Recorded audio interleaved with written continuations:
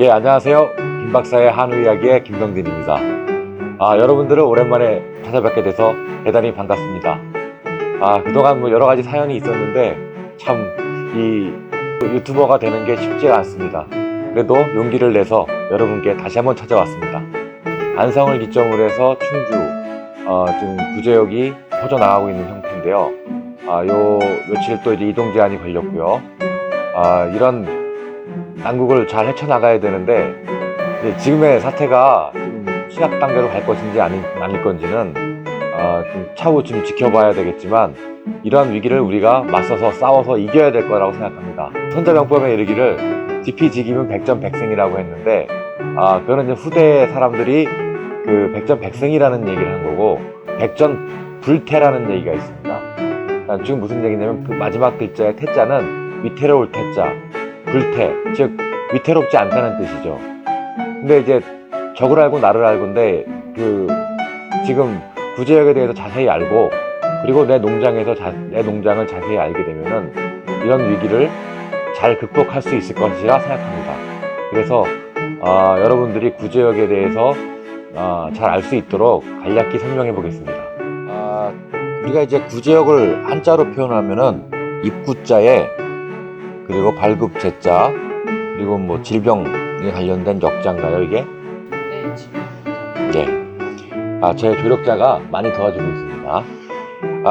영어로는 Foot and Mouth Disease, 즉 입과 발에 이제 질병이 생기는 그 질병으로 이제 표현을 하는데, 약자로 FMD라고도 설명을 하기도 합니다. 지금 보시는 바와 같이 이거는 이제 소의 사진인데, 이제 요 입 주변에 스포가 생기고, 이 스포가 생긴 부분이 궤양이 생겨서 극단적으로는 죽음으로 이르게까지 하긴 하지만 고열과 생산성을 저하시킬 수 있는 요인이 되기도 합니다. 돼지에 있어서는 이 발목이 막 흐물흐물해져 갖고 그 털도 벗겨지고 어떤 이 궤양성 스포들이 지속적으로 발생하는 것들을 우리가 구제역이라고 합니다. 이런 질병들이 지속적으로 발생하게 되면 생산성에 큰 영향을 끼치고 국가 전체적으로 그 축산업 자체에 큰 위기가 다가올 수 있다고도 할 수 있습니다. 네, 다음 슬라이드 넘어가겠습니다. 구제역은 바이러스가 옮기는 질병이고요. 그 바이러스가 옮겨지게 되는 동물들은 주로 우제류라고 표현을 합니다. 우제류는 소, 돼지, 염소, 양 등이고요. 뭐 말이나 당나귀 같이 이제 발굽이 하나로 되어 있는 그 가축들은 아닙니다. 그럼 야생동물에 있어서는 고라니나 노루, 뭐 이런 멧돼지 이런 것들도 구제역에 감염될 수 있습니다. 증상으로는 발굽 주변, 혀, 잇몸 등에서 수포를 발생시키는 주요 증상들이 있습니다. 이게 이제 구제역 바깥으로 표현되는 중요한 증상이라고 할 수 있습니다. 구제역은 전염성이 매우 강하고 제1 가축 법정 전염병으로 등록이 되어 있습니다. 무슨 얘기냐면 구제역이 발생하면은 국가가 나서서 이 질병에 대한 통제를 해야 된다는 이야기입니다. 그래서 이제 더 이상 확산되는 것을 방지하고 초전에 발생을 최소화시키는 것이 국가의 일이라고 할 수 있습니다. 물론 농가도 거기에 동참하고 참여해야 합니다. 이 구제역의 전파는 접촉, 그러니까 이제 피부 접촉, 뭐 타액 이런 것들로 옮겨질 수 있고요. 또 공기 중으로도 감염이 가능합니다. 과거에 우리나라에서도 구제역이 아주 심하게 발생한 적이 있었는데, 그때는 특히 돼지 농장에서 그 발생한 구제역 바이러스가 바람을 타고 다른 농장으로 이동하기도 하였습니다. 그리고 이제 수포 발생 외에도 발열이 일어나고 침을 흘리고 침울하고 밥을 먹지 않고 이런 증상들이 발현하게 됩니다. 지금 주요 증상 중에 발굽과 혀, 잇몸 등에서 수포가 발생된 경우나 그 발열이 일어나고 침을 많이 흘리고 침울할 때는 반드시 그 관계기관에 신속히 신고하는 것이 바람직합니다. 좀 어려운 얘기인데, 이 구제역 바이러스는 피코나 바이러스류라고 하고 자기 RNA를 메신저로 이용해 단백질을 생산합니다. 복잡한 얘기긴 하지만 이런 경우의 특징은 바이러스의 확산 속도가 아주 빠르다는 것이 특징입니다. 그러면 사람한테 전파되지도 않고, 소에 있어서는 뭐 죽을 수도 있고 안 죽을 수도 있고, 돼지에 있어서는 피해가 크긴 하지만 왜 이거를 일종 전염병으로 지정하고 그것을 강력하게 막으려 하는지에 대한 것에 대해서 설명을 해드리겠습니다. 가장 큰 이유는 경제적 손실입니다. 전염성이 매우 강하고 회복기까지 많은 시간과 돈이 소모됩니다. 그리고 이 질병에 걸려서 생산된 축산물들은 축산물의 가치가 저하돼서 시장성을 잃게 됩니다. 과거 대만의 경우에서 이런 안일하게 생각한 이유로 커다란 손실을 본 경우가 있습니다. 구제역이 중요한 두 번째 이유는 구제역 청정국은 국가 간의 무역 시장에서 가장 유리한 접근이 가능한데 우리가 그 청정국의 지위를 유지하냐 못하냐에 따라서 우제류에서 생산된 축산물들을 수출할 수 있냐 없냐입니다. OIE는 여러분들께서 아주 잘 알고 계실 겁니다. 근데 이걸 다른 말로 WOAH인데 World Organization for Animal Health입니다.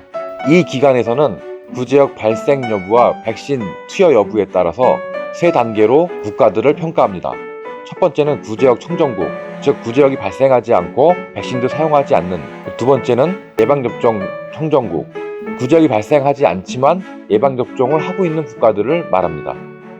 세 번째는 구제역 발생국, 즉 예방접종 포함을 해서 구제역이 발생하는 국가입니다. 우리나라는 이 세 번째에 해당되겠죠. 그래서 이 구제역 예방접종 청정국 지위까지 또 올리려고 노력을 했었으나 최근에 구제역이 발생을 해서 구제역 발생국으로 평가될 것으로 생각합니다. 우리가 이제 구제역 발생 사례를 통해서 구제역이 얼마나 축산업에 많은 영향을 끼치는가에 대해서 구제역을 우리가 왜 막아야 되는지에 대한 극명한 이유를 여러분들께 설명해 드리겠습니다. 흔히 우리가 미국은 구제역이 발생하지 않는 국가라고 생각했는데 사실은 미국은 과거에서 많은 구제역 때문에 피해를 본 국가이기도 합니다. 1870년부터 1929년까지 총 9차례의 구제역이 발생했고요. 공식적으로 1914년 미시간주를 시작으로 해서 가장 강력한 전파가 이루어졌고 약 4,500만 달러의 경제적 손실을 발생하였습니다. 이 4,500만 달러의 돈은 1914년을 기준으로 한다면 어마어마한 금액이겠죠. 그리고 또 1924년 캘리포니아에 발생한 구제역은 10만 9천 마리의 가축을 도살하였고 2만 2천 마리의 사슴을 도살하였습니다. 그리고 1929년 캘리포니아와 몬테벨로주, 그리고 1947년 멕시코와 미국 국경지대에서도 발생을 하였습니다. 미국도 이런 많은 경제적 비용을 치렀고요. 그리고 그것을 발생하지 않게 노력을 하였습니다. 그래서 지금처럼 청정국 지위를 얻고 있고 전 세계로 본인들의 우제류 생산물들을 수출하고 있습니다.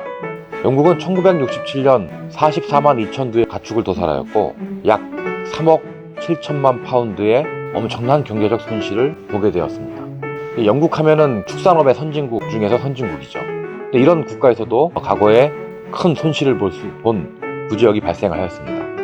또 2001년 2,000건의 구제역이 영국 전역에 걸쳐 발생하였고 1,000만 마리의 양과 소가 도살됐고 이 중에는 폐사축도 포함되겠죠.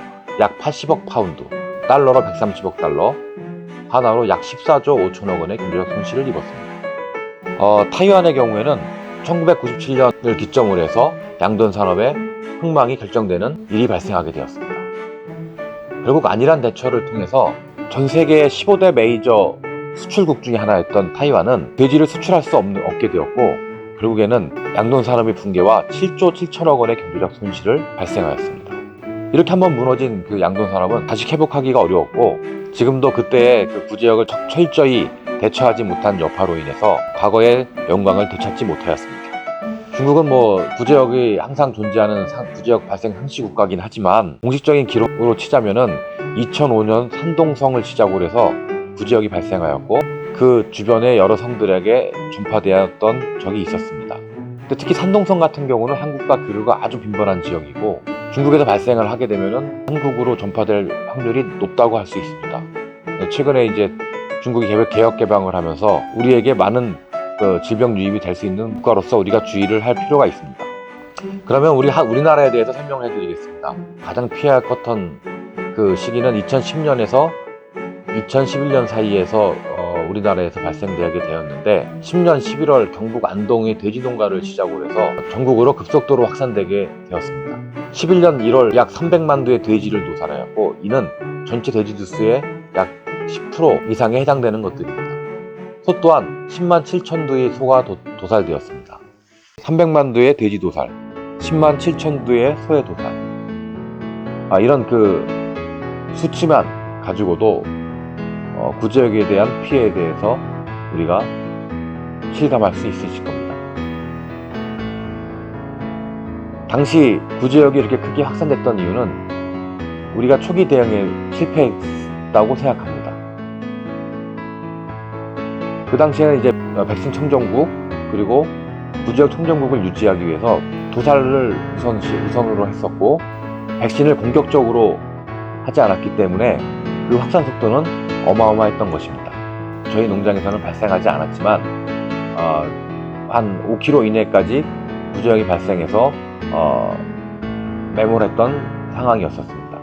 초기에는 반경 500m 안에 들어오면 전투수를 매몰했었고,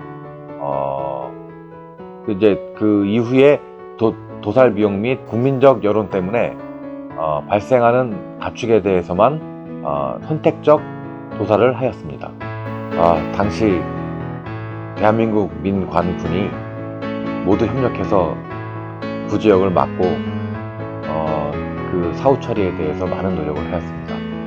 사실 그 후유증이 아직도 남아있긴 하지만 그런 국민적 참여와 그리고 국가의 노력이 없었다면은 지금의 이 축산업이 유지되기 어려웠을 것으로 생각합니다. 그러나 이제 우리가 이제 앞으로 구제역에 발생하는 것들을 더 철저하게 막아야 되는데, 그러기 위해서는 철저한 백신과 축사 소독이 이루어져야 될 것으로 생각합니다. 해마다 사람들 사이에서 유행하는 독감도 백신을 맞으면은 그 독감을 이겨낼 수 있고, 뭐 걸리는 경우도 있지만 그 피해를 최소화할 수 있다고 생각합니다.